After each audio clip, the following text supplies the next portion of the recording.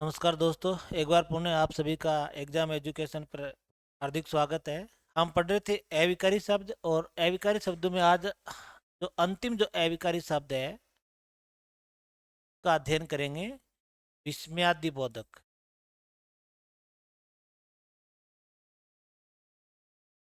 विस्मयादि बोधक अविकारी।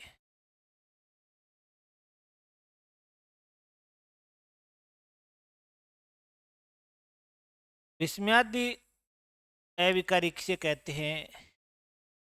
जो विस्मयादि शब्द है वो विस्मय प्लस आदि से बना है। ये जो शब्द है वो किससे बना है? वो बना है विस्मय प्लस आदि, दीर्घ संधि से बना है। विस्मय का अर्थ होता है मनोभाव। विस्मय का अर्थ क्या होता है? मनोभाव। विस्मय का अर्थ होता है मनोभाव।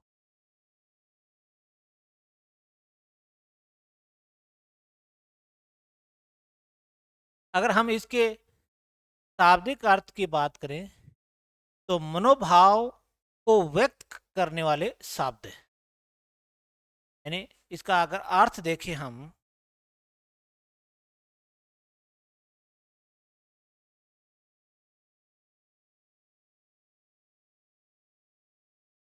अर्थ की अगर बात करें हम, मनोभावों को, मनोभावों का बोध करवाना, का बोध करवाना,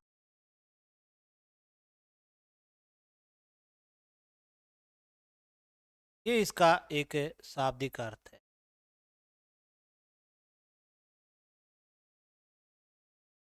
विस्मय शब्द का अर्थ होता है मनोभाव। वक्ता के मन में जो भाव उत्पन्न होते हैं उनको व्यक्त करना विस्मय कहलाता है।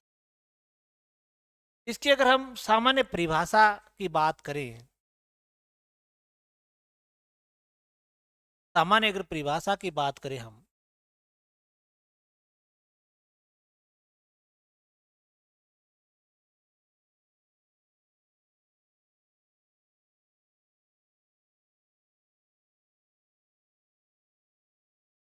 वे अविकारी शब्द, वे अविकारी शब्द जो वक्ता, वक्ता, वक्ता के, वक्ता के जैसे हर्ष,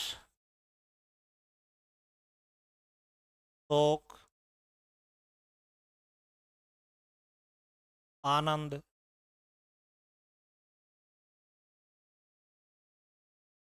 तिरस्कार,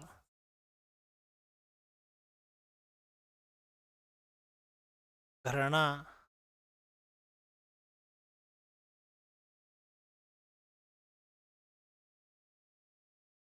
यानी हर्ष, शोक, आनंद, तिरस्कार, घृणा, ये जो भाव व्यक्त करने वाले जो शब्द होते हैं उनको हम विस्मयादि कहते हैं।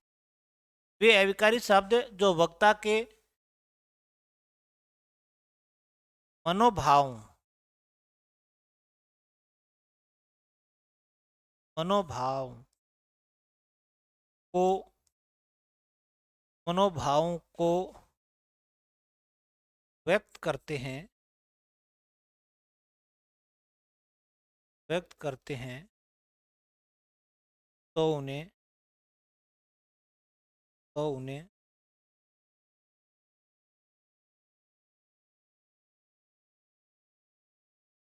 विस्मयादि बोधक अविकारी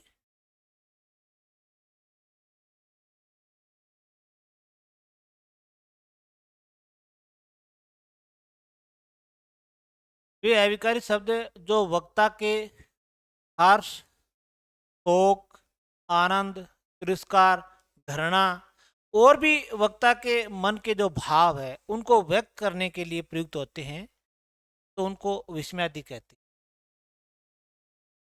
जैसे या विस्मयादि को एक हम टिप्पणी भी यहाँ पर लिखेंगे।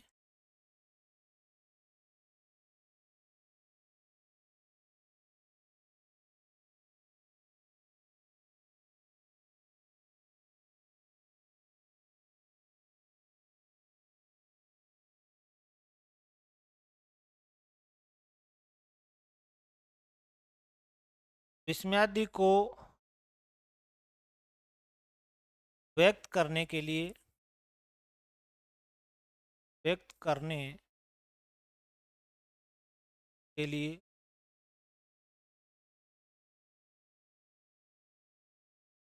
ये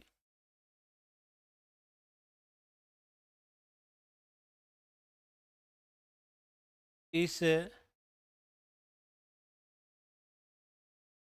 चिह्न का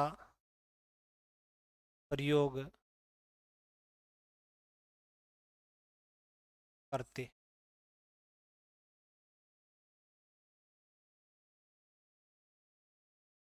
विस्मयादि को व्यक्त करने के लिए हम ये जो संकेत है इसका प्रयोग करते हैं। ये संकेत एक तो संबोधन कारक का भी होता है, उसमें तो हम किसी को संबोधित करते हैं, और विस्मय में हम हमारे जो मन के जो भाव हैं वो व्यक्त करते हैं। अगर ये किसी वाक्य में लगा है तो या तो वहां पर संबोधन कारक होगा या विस्मयादि बोधक अविकारी होगा। अगर वक्ता किसी को संबोधित कर रहा है तो संबोधन कारक होगा, अगर वक्ता के भाव व्यक्त किए जा रहे हैं तो वहां पर विस्मयादि बोधक होगा। जैसे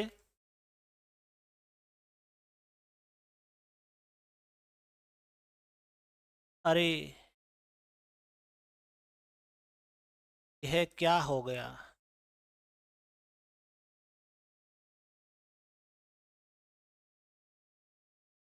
अरे यह क्या हो गया। हम कोई चीज को देख रहे हैं कोई ऐसी, और हमारे मन में ये विचार आया अरे ये क्या हो गया।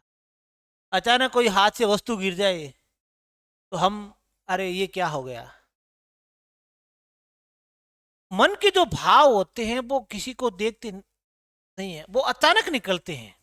अचानक निकलते हैं। जैसे हमें विवाह शादी का जब अवसर होता है उस पर जब डीजे या गाजा बाजा जो भी बजता है तो कुछ लोग जो नाच गान के शौकीन होते हैं वो अपने आप उसमें नाचने लग जाते हैं। वो ये नहीं देखते हैं कि हमारे चारों ओर जो व्यक्ति ऑडियंस खड़ी है, जो लोग खड़े हैं वो क्या देखेंगे, लेकिन यानी वो उनके भाव व्यक्त हो जाते हैं।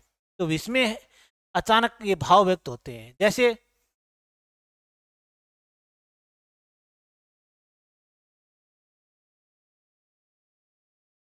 हे राम,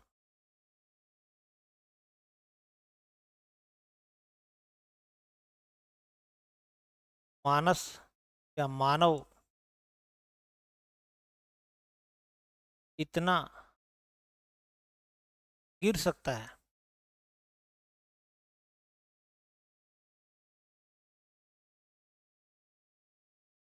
अब कोई ऐसी कोई घटना हम देखते हैं, शर्मसार करने वाली घटना, तो हमारे मन में क्या निकलेगा, हे राम, मानव इतना गिर सकता है। और अक्सर हम ऐसा महसूस भी करते हैं। जैसे कोई प्रतियोगिता चल रही है और उसमें हमारा कोई धावक दौड़ रहा है तो हम क्या कहते हैं, ताली बजाते हैं, शाबाश शाबाश, और तेज दौड़ो।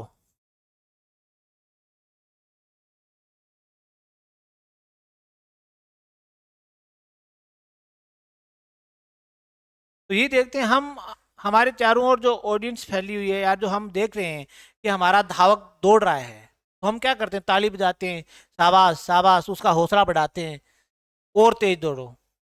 हम उस दृश्य को देखकर हमारे मन में ये भाव व्यक्त हो रहे हैं। अगर हम सीधे बैठे हैं, अगर प्रतियोगिता नहीं चल रही है, तो हम ये शब्द, इन शब्दों का प्रयोग नहीं कर सकते, ये शब्द उच्चारित नहीं हो सकते। और जब प्रतियोगिता चल रही हो, देख, एक जुनून होता है उसमें, तब हम इस प्रकार के शब्दों का प्रयोग करते हैं। जैसे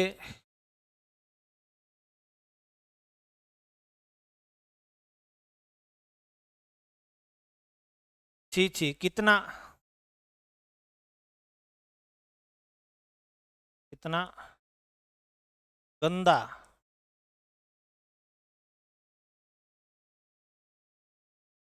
दृश्य फिल्माया गया है।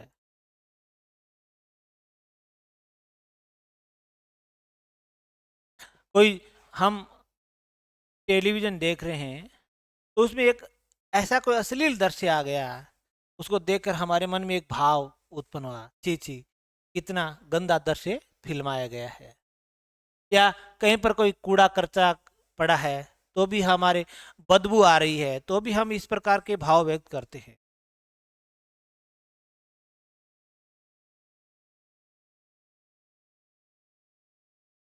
कितनी गंदगी फैली है। तो ये भी एक,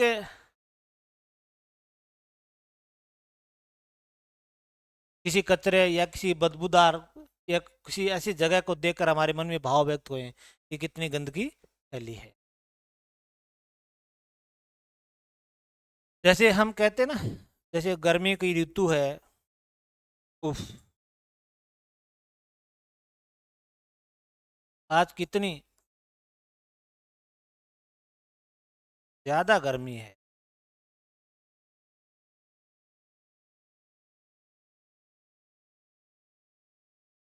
तो ये भी एक विस्मय है। बहुत ज्यादा टेम्परेचर हो, तो हम इस तरीके, उफ, आज बहुत ज्यादा गर्मी है। विस्मय ऐसा नहीं है, संज्ञा से भी बन सकता है, सर्वनाम से भी विस्मय बन सकता है। जैसे कई शब्द आ जाते हैं कई बार।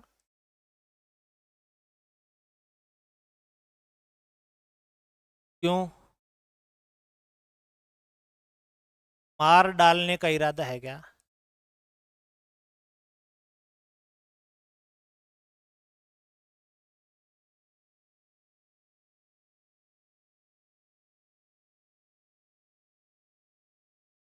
अब ये भी विस्मय है, क्यों मार डालने का इरादा है क्या? कोई भी शब्द, जैसे किसी चीज को हमने, किसी व्यक्ति को देखा, जैसे मैंने यहां पर लिख दिया, अच्छा आप नंबरी चोर हो।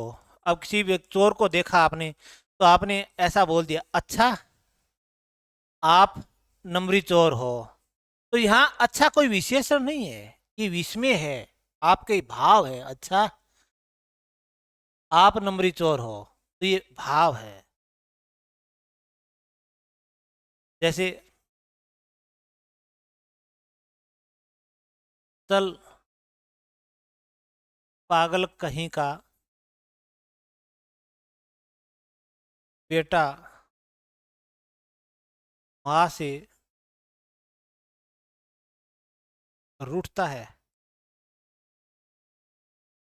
तो ये भी चल, ये कोई क्रिया नहीं है, ये विस्मय है, ये भी विस्मय है। चल पागल कहीं का बेटा माँ से रूठता है। कई बार संज्ञा शब्दों के बाद भी इस प्रकार के शब्द आ जाते हैं।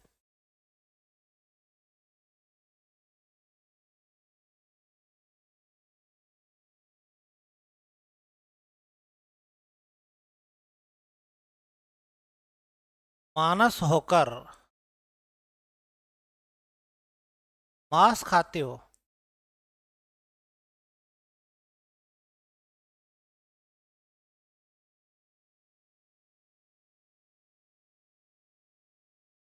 1 मिनट।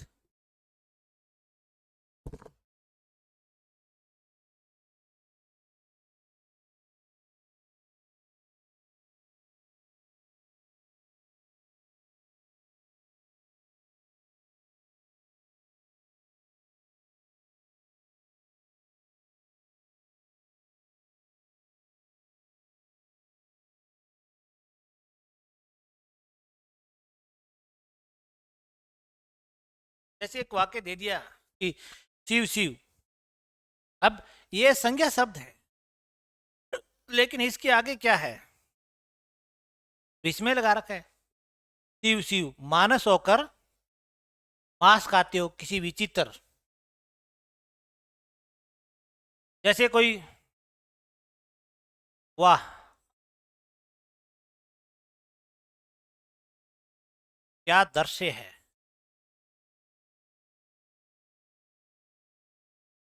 तो ये भी एक, वाह, एक विचित्र अनोखा दृश्य देखते हैं तो हमारे मन से एक भाव उत्पन्न होता है, वाह क्या दृश्य है, ये भी विस्मय है।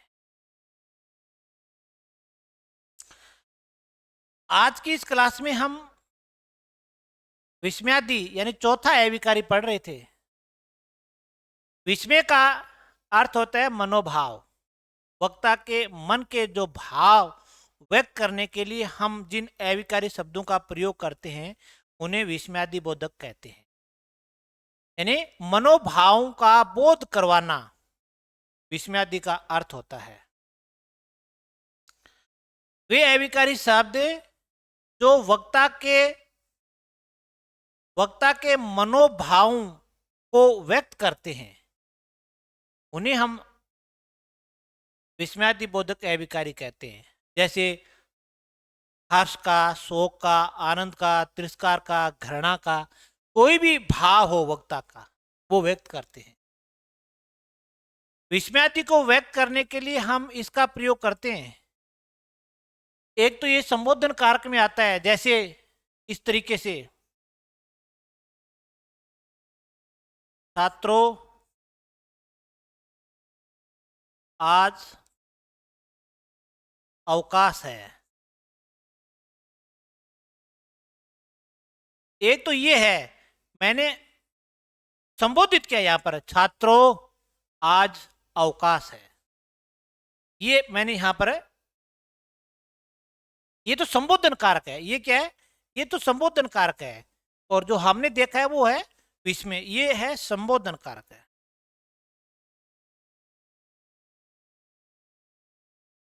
यहां पर हमने क्या किया है कि हमने संबोधित किया है, हमने क्या किया है, संबोधित किया है।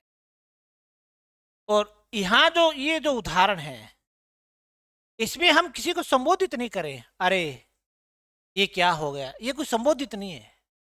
हे राम, मानव इतना गिर सकता है, तो ये संबोधन है, ये नहीं, ये विस्मय है। कई बार पूरा वाक्य भी विस्मय हो सकता है, जैसे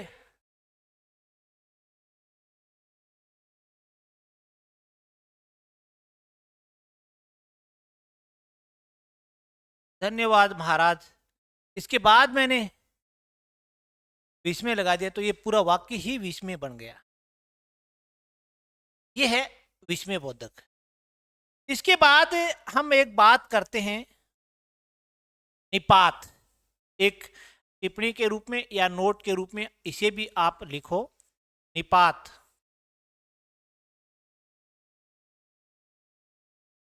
निपात या अवधारक। निपात या अवधारक क्या है, किसी शब्द पर अतिरिक्त दबाव डालना हो, किसी शब्द के अर्थ पर विशेष बल लगाना हो तो वहां निपात का प्रयोग किया जाता है। अगर किसी शब्द शब्द अगर किसी शब्द के अर्थ पर विशेष विशेष बल विशेष बल लगाना हो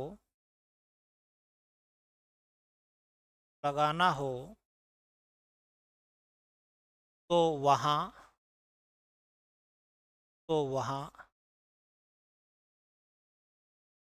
निपात का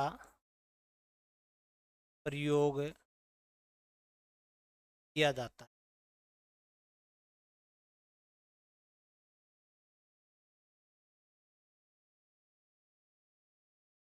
अगर किसी शब्द के अर्थ पर विशेष बल लगाना हो तो वहां निपात का प्रयोग किया जाता है, या सामान्य शब्दों में आप ये समझ सकते हो, अगर किसी शब्द पर अतिरिक्त दबाव डालना हो तो वहां निपात का प्रयोग किया जाता है।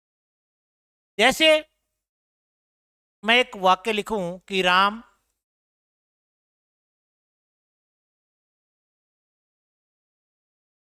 जयपुर जाएगा, ये एक सामान्य वाक्य है, राम जयपुर जाएगा। अब मान लेते हैं कि राम शब्द पर विशेष बल लगाना है, तो मैं ये लिख दूं कि राम ही जयपुर जाएगा। अब इस वाक्य में क्या है, अब ही लगा दिया मैंने, ही क्या है, यहां पर निपात है। अब कंडीशन बना दी, राम ही जयपुर जाएगा, इसका मतलब राम ही जाएगा। अब अगर इसी शब्द को मैं ऐसे लिख दूं कि राम भी जयपुर जाएगा, तो यहां भी लगाया मैंने, ये निपात है, राम भी जयपुर जाएगा, इसका मतलब और भी जाएंगे और साथ में राम भी जाएगा। अगर मैं अब इस शब्द पर निपात का प्रयोग करूं, जैसे राम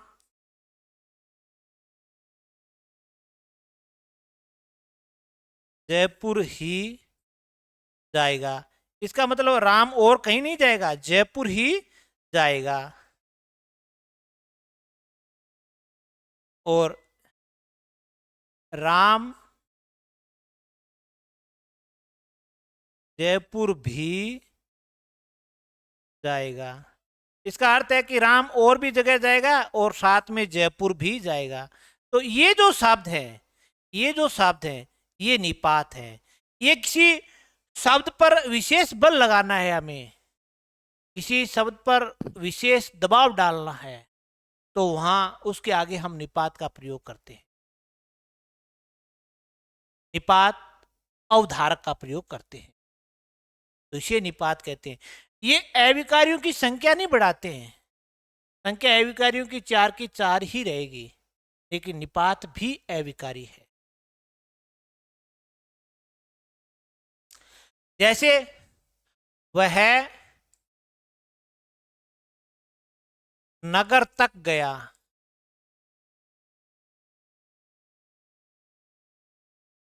यहां निपात है, तक निपात है, नगर तक गया, ये कंडीशन लगा दी कि नगर तक गया, वह गया और वह नगर तक गया, तो यहां ये निपात है।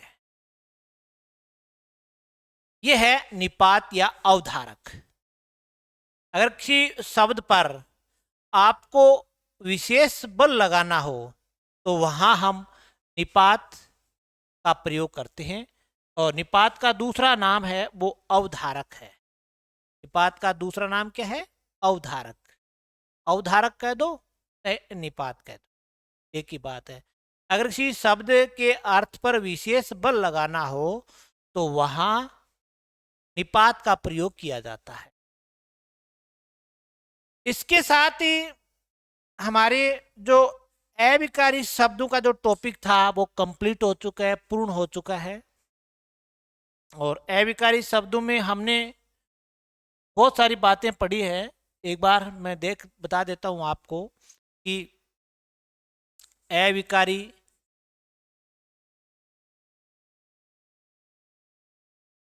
अविकारी शब्द पढ़े हमने,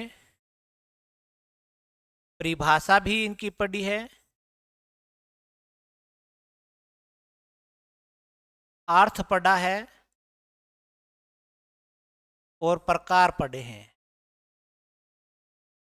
प्रकार चारों प्रकार पढ़े, क्रिया विशेषण से कहते हैं और क्रिया विशेषण के प्रकार कितने हैं। उसके बाद संबंध बोधक से कहते हैं और संबंध बोधक के प्रकार कितने हैं। उसके बाद समुच्चय बोधक किसे कहते हैं, समुच्चय बोधक के प्रकार कितने हैं, समानाधिकरण और व्यवधिकरण। और समानाधिकरण के कितने प्रकार हैं, 4 प्रकार हैं, संयोजक, वैकल्पिक, विरोध मूलक, परिणाम मूलक।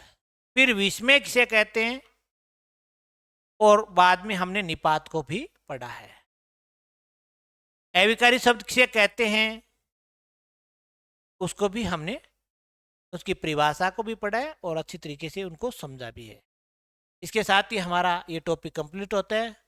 अगली क्लास में एक नए टॉपिक के साथ मिलते हैं, तब तक के लिए जय हिंद, जय भारत।